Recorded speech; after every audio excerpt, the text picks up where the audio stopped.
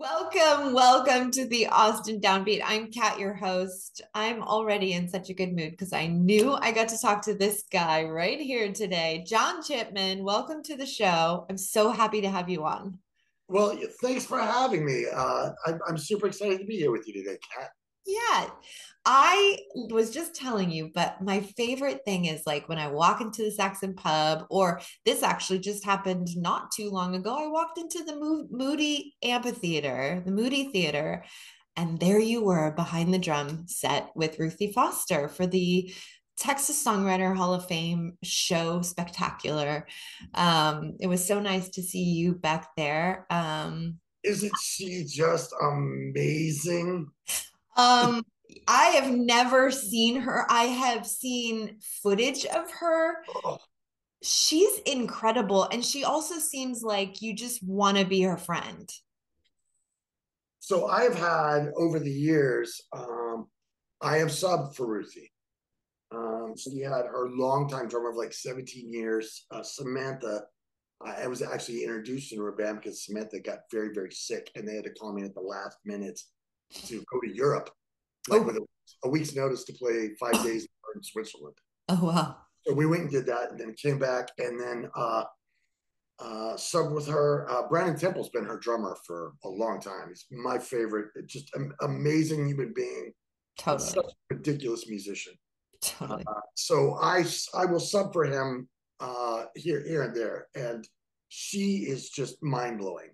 Mm, The most amazing woman, just so incredibly strong, so down to earth. She's so humble hmm for all the stuff she's doing. I mean, they're going to play Tahiti this summer, and they're going to go play two shows to be there for like 10 days. I'm like, Brandon, you really need me to sub on that gig.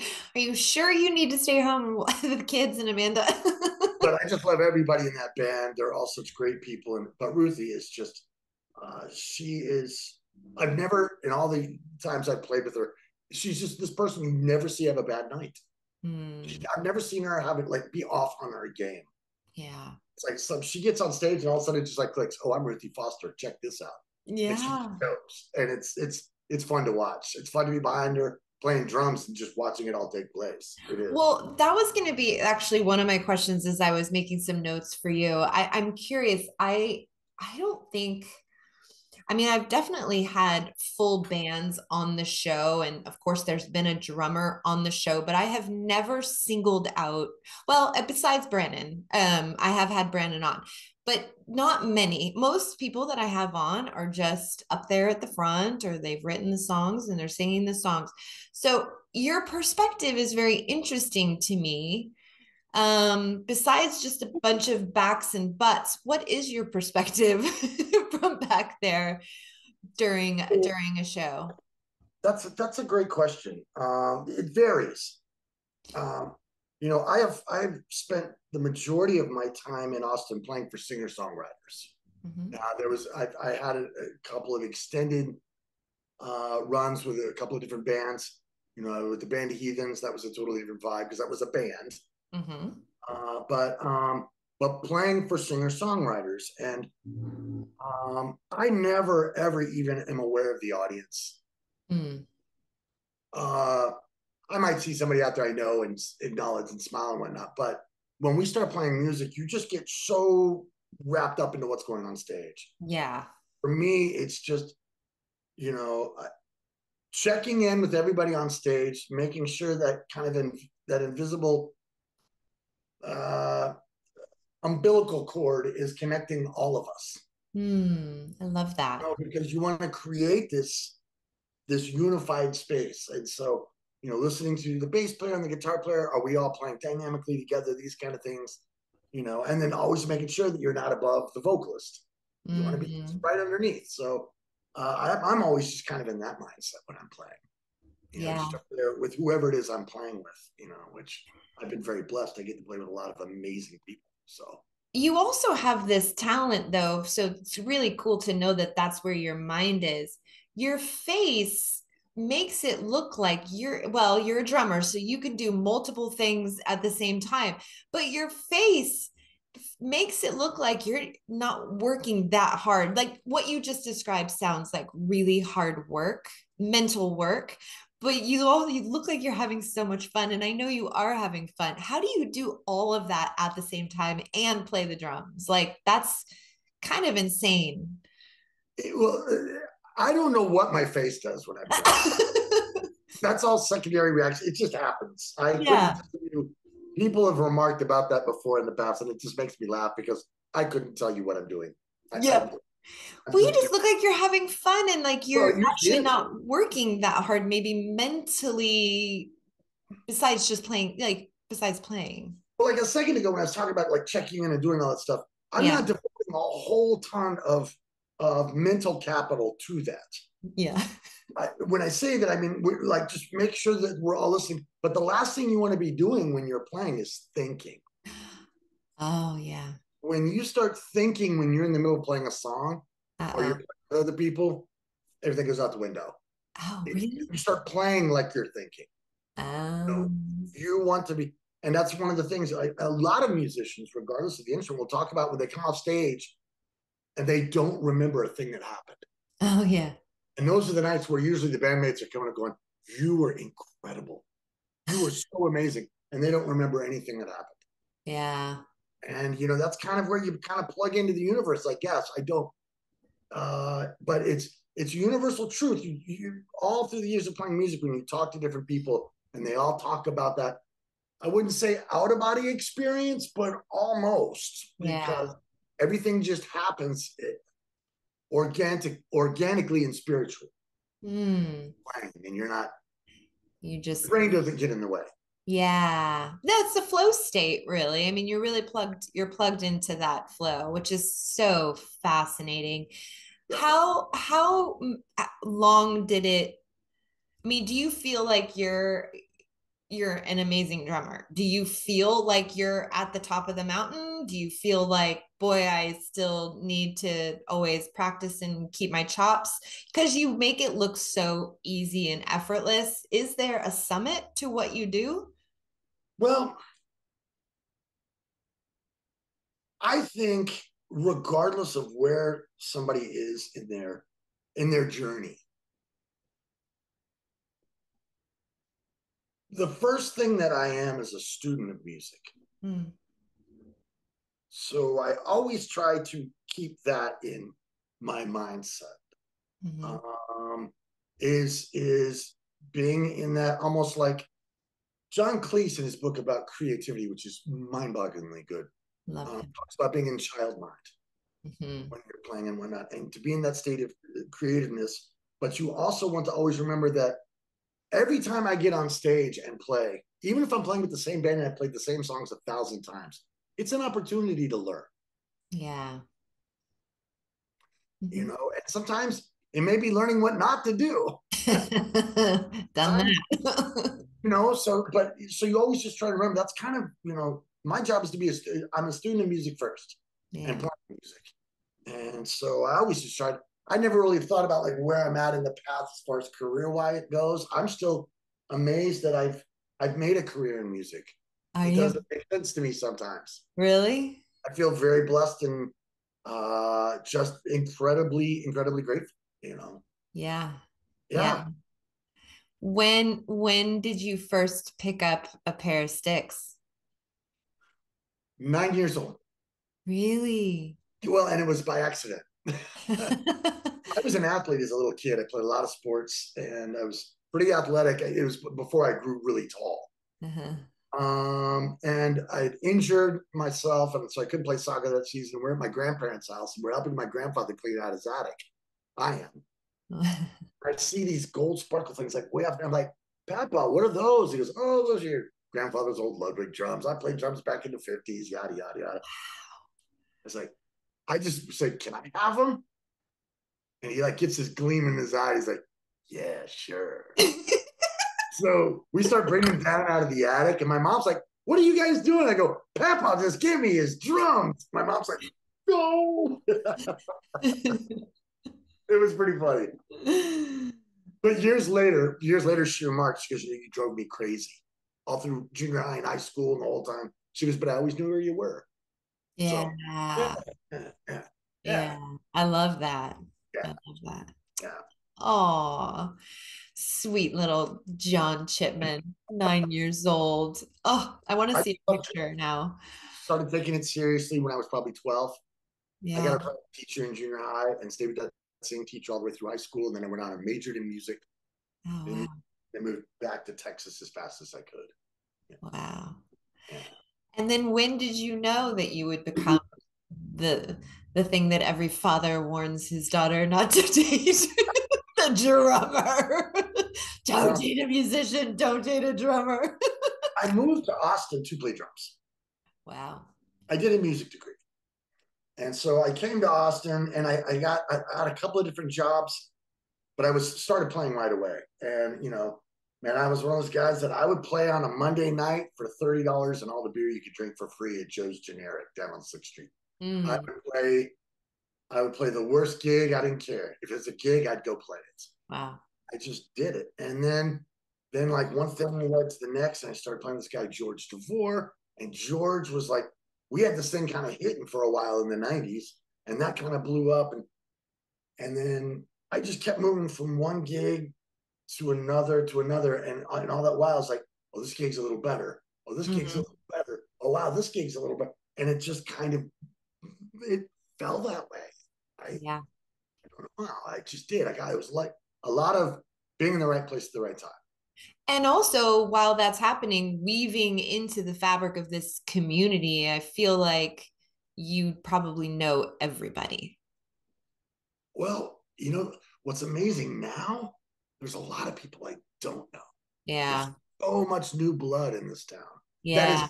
incredible. Yeah. There is a whole. It's the next generation coming up, man. Yeah. I've been here for 30 years. Wow. I moved here in '93. So Wow. there's two generations after me. I Mhm. know everybody the generation after me. Yeah. I Yeah. know a few people from that one. And then when we start getting to these younger cats that are out there now, I've met just a handful and they're amazing. That's the way life goes, you Yeah. know? Yeah. Yeah. It is. And it's supposed to go that way, you know? Yeah. Uh, How yeah. how many bands are you in right now? I know that I've seen you. Let's just name some off. I know you're in Resentments. That's Sunday nights at the Saxon Pub standing residency with Bruce Hughes. Yeah. What? The longest ever in Austin. Yeah. How Yeah. many years is that residency? It started in the 98. Oh, okay. Yeah. And it has like rotating members There, right at well, the front. there's five members, but the fifth member, Jeff, during the pandemic moved to Yeah, he sure did. And that's where his wife is from, Vancouver Island. But he's coming in soon, and so we're gonna have all five cats there, which would be really awesome. But for the Yeah. most part, it's four of us: Miles, Scrappy, Bruce, and myself. Yeah. Yeah. Yeah. You Mhm. are the third, you're the fourth resentment to come on the show. Oh wow! I've had Wow. everyone on except for Scrappy. I can't, no one knows how to get a hold of Scrappy. He doesn't do this kind of stuff. If you can get him on this show, we will have reached boss level. He would love to do it. He's just, yeah, yeah. It's covered. We've got it Yeah. covered. Yeah, forget That about it. is like I have a little punch card. Just missing. Right on. It's like going to Amy's Ice Cream. You got your 10th one. I just need Scrappy. I love it. So Resentments, that's a fun show. Super loose, super fun, lots of audience love. It feels like it's a real like party that night, It's you a know? therapy gig for all of us. Yeah. Yeah. And that whole thing was started by Stephen Bruton, Hmm. who is a mentor to everybody that sits on that stage now. Wow. Just an enormous. Uh, he cast a huge shadow over this city in the best of ways. Yeah. He was such an amazing guitar player. He was such an incredible songwriter. He'd written some incredible songs, and just a wonderful friend and mentor. Mhm. And so he started that whole thing just wanting to. He asked Joe, "What's the slowest night of the week?" Joe's like Sundays. They didn't have music on Sundays back then. And he goes, Wow. we're going to bring a band and just start flushing out songs. And Yeah. Joe's like, great. And that's how it all happened. So awesome. And you And know I who the love first drummer for that band was? who?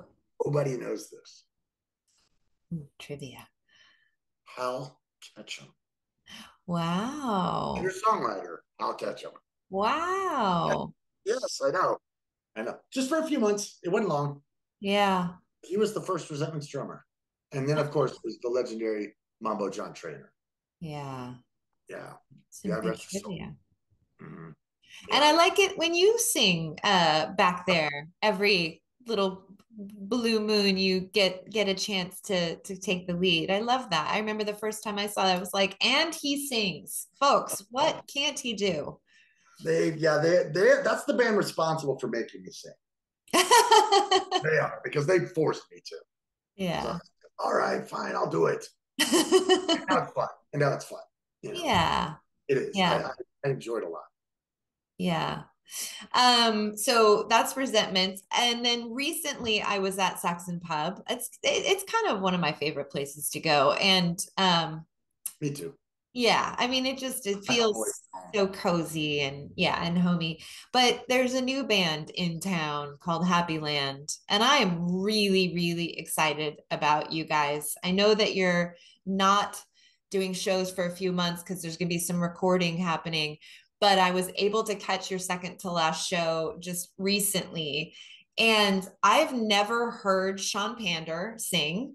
Oh my gosh. I've yeah. never heard Kimmy Rhodes sing. What in the world? And then just everyone together and all the harmonies. And I just was floored. And I'm a friend of Johnny. Like I know Johnny, and he told me about the band, but I was not prepared for what I got to sit and listen to. I Yeah. need like less than 8 seconds. Hold You on. go. I got something to show you. All right, we're ready. We're Okay. ready. I'm back on the screen. This just came in. I'm This so was the excited. big kid we have. Yay! That is so awesome. Yeah, it just came in the mail.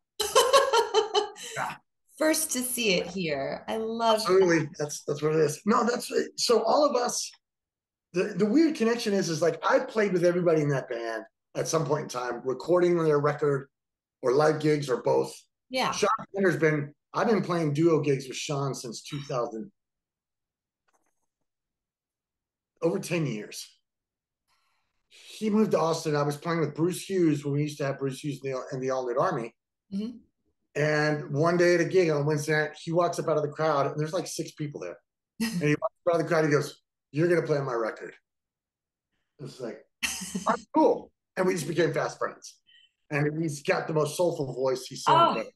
I mean, I immediately was like, found him on Spotify, follow, soaking it up. Just, hey there, who's that?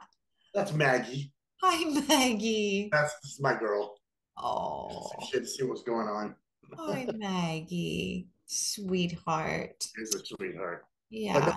Sean's amazing, and we all at some point started having dinner parties. Yeah.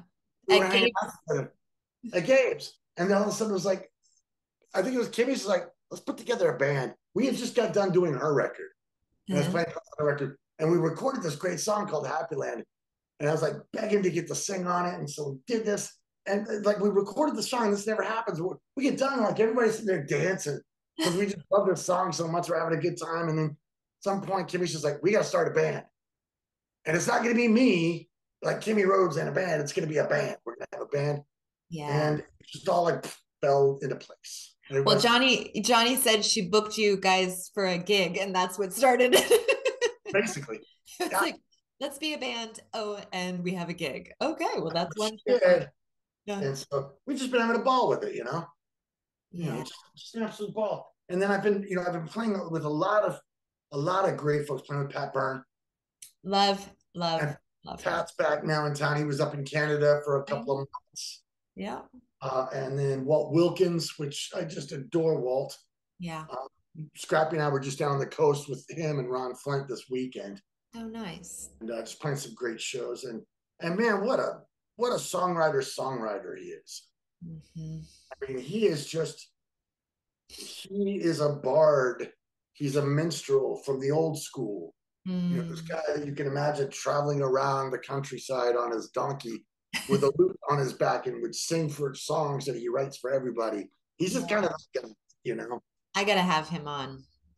Well, it's amazing and Yeah. just so down to earth. And Yeah. yeah, man, a huge, again, another guy that a huge walking, talking chunk of history. He's born and raised in Austin, Wow. around for a long time. Yeah, Yeah. he's seen Austin change. Yeah. Yeah. I bet. Mm-hmm. And so, yeah, just constantly playing with a lot of different singer songwriters, and it's just so much fun. It is. It's never boring.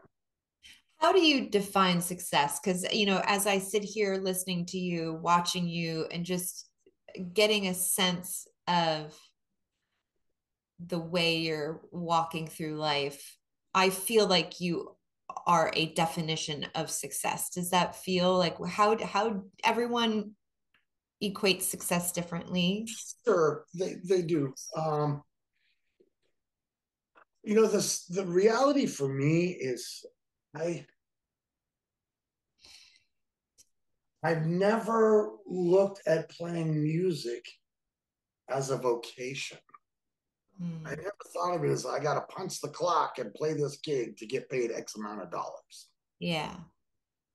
Um, I had kind of a come to Jesus moment many, many years ago when I was down about music and frustrated, and a very, very good mentor to me called me to the carpet, Mm. first, read me the riot act in a very cool way, I might say.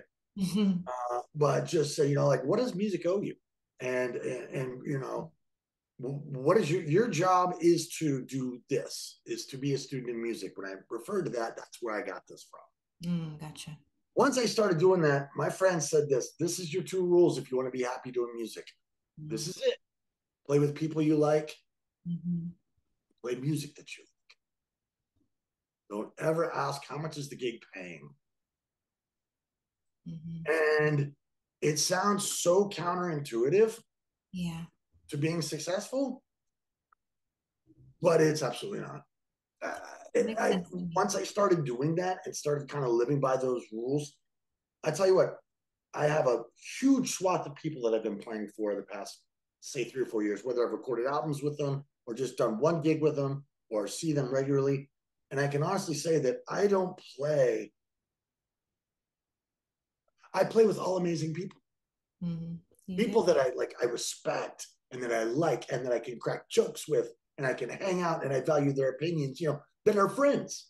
Hmm. And all these people play great songs. And so I get the best of both worlds. So that's success for me, And when I Yeah. started doing that and following all that stuff, the gigs got better. I can't sit there and quantify it like, well, I did this thing and then I Yeah. applied this mathematical formula. And when I did that, this came out to here. It Yeah. wasn't like that. It just kind of one thing just kind of flowed into the next, kind of flowed into the next. And I would never tell anybody, this is how you do your music career. Right. Yeah. Yeah. Well, I think it's different for everyone, but I do agree with you. I think the things you tether yourself to, I think, and those two things that your friend gave you, I think are perfectly simple and because if you always have that, then I think that puts you in a state of mind that attracts the icing and more. Do you Yeah. know what I mean? If you're really just okay with these two things, then it changes you and the facets that people can meet you with and on. Right. And that's when more comes. Mm-hmm. And you get a lot of people that start coming in that they just want to feed the creative muse. They want to do this thing, you know, Mm-hmm. that we all like, oh, this is so much fun. We have a great Mm-hmm. time doing this. And there's no pretense to it. There's no attitude. There's no ego, Mm-hmm. And at this stage, fortunately, I've been around long enough now with doing this that when somebody, a friend of mine, might come up with a little bit of ego, you can pull them aside and say, "Hey, man, it's okay. Yeah. We're here for you. Yeah. We're here for you." And so, that's one of the nice things maybe about being grandpa now. And some of these, Are you a grandpa? no, I'm not a grandpa. Not, Okay, I was gonna say. but I'm just the old guy in the band. I used to always be Oh, the young guy in stop. the band. Oh, I was always the young guy in the band. Now I always seem to be the old guy in the band. It just happens. It's the way it's supposed to happen. So it does happen, and it's an honor for it to happen. yes, Otherwise, no complaints. the shiny side up, John. No, I have two kids, but they're both teenagers. So Okay, same. I have two teenagers as well. I'm like, no grandparents yet. mine are 16 and 14. So are mine. Yeah, right on. Yes.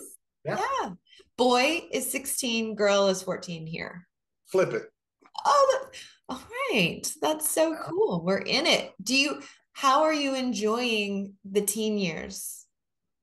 I kind of love it. I was scared to death of it, but it's awesome. Yeah. The oldest one's driving now. Just Yeah. got the license, and I keep going. Okay, now I've got to figure out how I'm going to go pick them up and do this. And the kid's like, "I got it." I'm like, "Oh yeah, of course." Yes. Yeah. Well, He's a great driver. So laced that with like a little bit of terror. Yeah, like I always like a little bit of terror. parental panic attack. Yeah, I hug Henry hello and goodbye differently now. Like I really do. And I'm not gratuitous about it, but I really do because like he's going on the road, jumping in his truck, and he's a great driver. And he's a firstborn rule follower, bless his heart, sweetest giant of a child that I've ever met. But he's on the road with all these idiots that I can't stand. And so, yeah, I have a lot of terror when I know We he's. encounter them. You and I encounter them when we're out and about driving. Yes, I know what's out there. Yeah, totally, totally, totally. No, no, I get it. Yeah. But I've loved it. My kids are great. Yeah. They're really cool people. They are. They Yeah. are. I feel like I'm getting a chance to. I told my daughter the other day we were having a conversation about something, but I'm like, hey, listen, you're kind of watching me grow up too. Like I'm still cooking. I'm not finished. I'm still like learning and whatever. And so it's just this stage, which I was kind of like you, I was scared for it because I think a lot of people talk about teenage years like Oh yeah. so negatively, and I just refuse to do that. But I'm getting to relive so much of my old self and my younger self through them now. That's It's like a awesome. reintroduction. Do you feel that too? No. Oh. I don't want my kids to know about my high school years. Really? You don't tell them like things that you used to do and stuff? Not yet. I will. Yeah. Well, I was causing a lot of trouble in high were school. you a bad boy? Uh Say it. no, I wasn't violent. I wasn't like committing crimes. I was just a lot of mischief and mayhem. Yeah. You Yeah. know, that a bunch of me and my high school buddies that were in this very, very small town of Texas, that had nothing to do. It was Oh, like gotcha. flowing with racism and Oh, hardcore evangelical religion, that we all just rebelled and checked out. And yeah. we spent pretty much our entire time going to Dallas every weekend, getting into trouble. Oh, wow. That's Yeah. what. Yeah. Okay. Yeah. Yeah. So maybe hold off on that till they have kids and you're like, ha, this Check is this out. prepare My kids for. are great. My kids are saints. They are. They're wonderful. Yeah. They're really good kids. Super, super lucky. Um, let's see. What else do I want to talk to you about? I'm curious about you going to Denmark. I know the first time I think I met you outside of a gig on a sidewalk with Eric Betancourt and David Hamburger.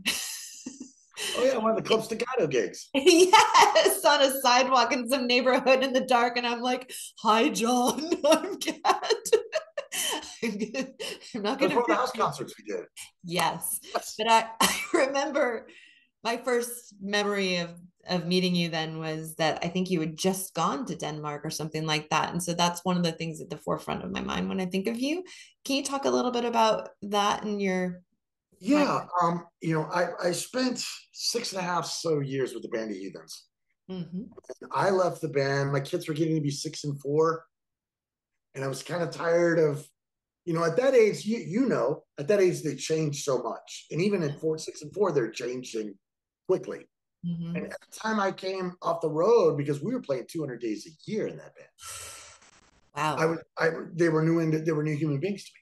Every time I came Yes. home, they weren't the same people, and it Oh, was frustrating and it was very difficult.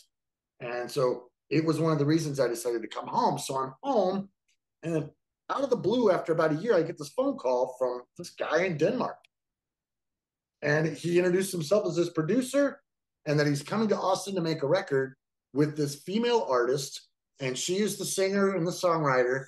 But she was a huge Band of Heathens fan and found out that I had come off the road and wanted me to drum on a record. wow. Cool.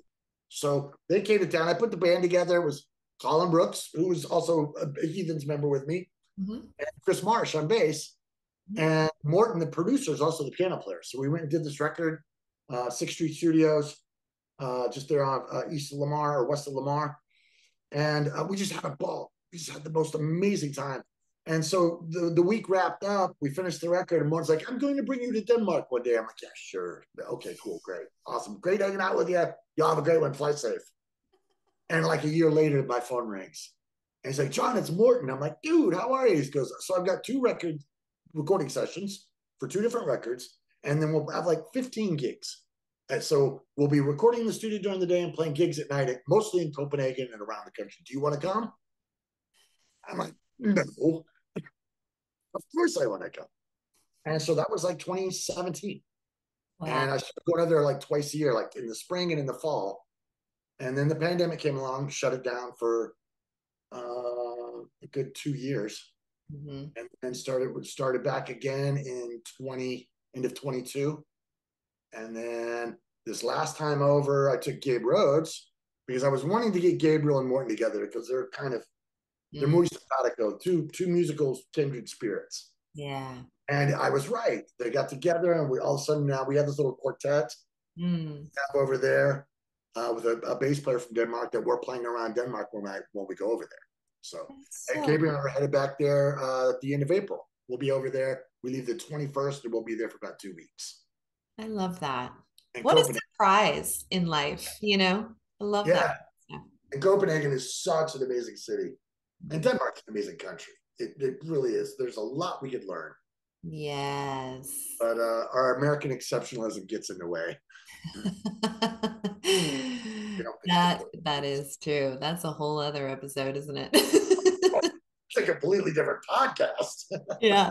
You know, when I was 18 and I graduated from high school, I left East Coast and I moved to the West Coast by myself and I landed in a little Danish town called Solvang, California. Are you Okay. familiar? Do you know about Solvang? Solving. Vang, Solvang. I've heard that name. Where is it? It's just north of Santa Barbara, just north of Okay. Mm-hmm. Paradise. On the Yeah, coast? on the coast. Yeah. Well, in a little bit, Sure. in the, little bit of a valley situation. Michael Jackson's Neverland Ranch is there. Um, Beautiful. It's just beautiful countryside. It's unbelievable. amazing. But this little town is such that you feel like you're in Denmark. Like Yeah. people walking around in the clogs and dressed. And I had like a few jobs, and one of my jobs I had to wear the later, like the kind of outfits and the clogs. And Fantastic. I mean, it was just the best. But yeah, I loved wasn't like being in the actual place, in Denmark, but certainly as an 18-year-old, fresh and on her own, it was a safe place to kind of land. Going from the East Coast to the West Coast is a very, very, very different experience. Yeah, yeah, Yeah, it is. yeah, It is. for sure. But that's where I stayed. Great, but that's a great age to do something like that. Yeah, 18 yeah, years old, just that's yeah. awesome. Yeah, it is. Mm-hmm. Yeah. What's coming up next for you? So we're talking on a Wednesday night. You got some gigs this week, or what's happening? What's on your Yeah, well, calendar? I'm playing tonight with Walt. I don't even know. Are you, how do you Oh, stay organized? Are you, well, are you believe me, organized? my organization is lacking. Um, it is. But I don't know what's on. I literally do not know what's on tap this weekend, but I'll look at my calendar and be like, oh yeah, I've got that. Yeah. South by is coming up Yes. next week, so I'm kind of looking ahead to that because also, I'm playing with Julia Milanta. I love playing with Julia. She's Yeah. fantastic. And another one of my absolute favorites that I've been playing with for years, just finished her new record, Oh, Kelly McQueen. I And love her. yeah, and so we're gonna do something during South by with her, and I know we'll put together the band because we're learning new tunes. So Awesome. Will you let me know? I'm definitely going to be out seeing a bunch of music. right So on, let me know when you have a show with her. I have a friend coming into town from Santa Barbara right on. and a musician, and I think he's just gonna like not even understand what is hitting him in this town. Like, what is happening? So I cannot wait to show him around South by. Good, good. Yeah. Well, we're lucky. And with all the change that Austin has been through, you hear people complaining and talking and yada yada yada. Yeah. When I hear musicians complain about it, I'm just like, man, maybe you should move to Omaha and send me a postcard. Mm-hmm. Let me know how I it's been. agree with you. I do agree. I'm not a big into complaining, except for when I'm driving. And then I keep it really short and I try to move on real fast. It's gotten expensive. I get it. It has. Yeah. I have had times where I've had to dig in and focus really hard on making sure I'm making ends meet. Sometimes not in this much of the creative mind frame as I would like to be, but it's worth it. You know. Mm-hmm. Mm-hmm. But yeah, this is still the most vibrant music community. I would say, I would argue, one of the best in the country. Yeah. And there's no place in the country where you have an organization like AM, I an know. organization like Sims. Sims. I know. Yeah, I mean, come on. I mean, it's like musicians have it good here. We do. There are hundreds of nonprofits geared directly toward musicians. I Yeah, think at some point they need to be aggregated and really yeah. kind of put into one spot. And I know that so many people care and are really trying to help actually support. Um, yeah, I mean, there's a couple sides of the coin of perspective, but I agree with you. This is quite a vibrant town, and we're going to see that next week during South by. Like, that's when it's going to feel It's magical. not, it's not perfect. Mm-mm.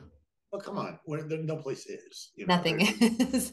I know. There's no such thing as perfection. So, Finland, um, maybe. Finland is pretty cool. yeah, Good things about Finland. yeah. The Finnish have got it going on. Anywhere in Scandinavia, honestly. Yeah, I agree with you. I'm kind of drawn to that. Yeah. you know, Denmark, Sweden, Norway, Finland, all of them are just like, it's a pretty civilized place. Yes, and happy, genuinely. Yeah, Yeah, I'm into happiness. yeah, and but you know, for instance, like in Denmark, though, there's 6 million people in that country, so that whole country is the size of the city of Houston. Mm-hmm. So it's easy to affect change Yes. versus a country of 340 million. I don't know where exactly our tally stands.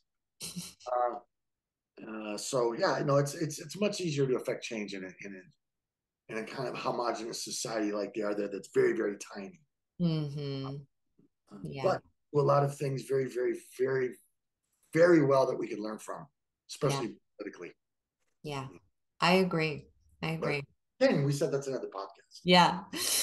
Well, John, I know you do have a show tonight. Yeah. That's why we did this a little early. I'm so glad we could hop on Thank you so together. much for doing that too. Yeah, no problem. No problem. Always here to accommodate. I'm so glad that you finally came on. You really have been someone that's been on.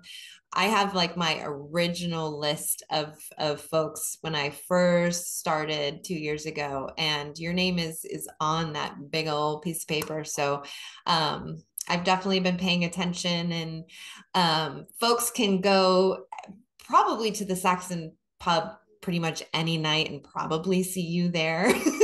So I'm gonna say that's probably I'm gonna start having my mail delivered there. yeah, yeah, yeah. I love it. But yeah, I look forward to seeing you next time. I'm sure I'll see you next week during South by Play, but love it. Yes. Yeah, indeed. Well, thank you for having me, Kat. This was really, really awesome. I had a great time. Oh, me too. Me too. All right. Well, that does it for this episode with Mr. John Chipman, that guy right there. And we will see you next time. Thanks for watching, guys. Bye.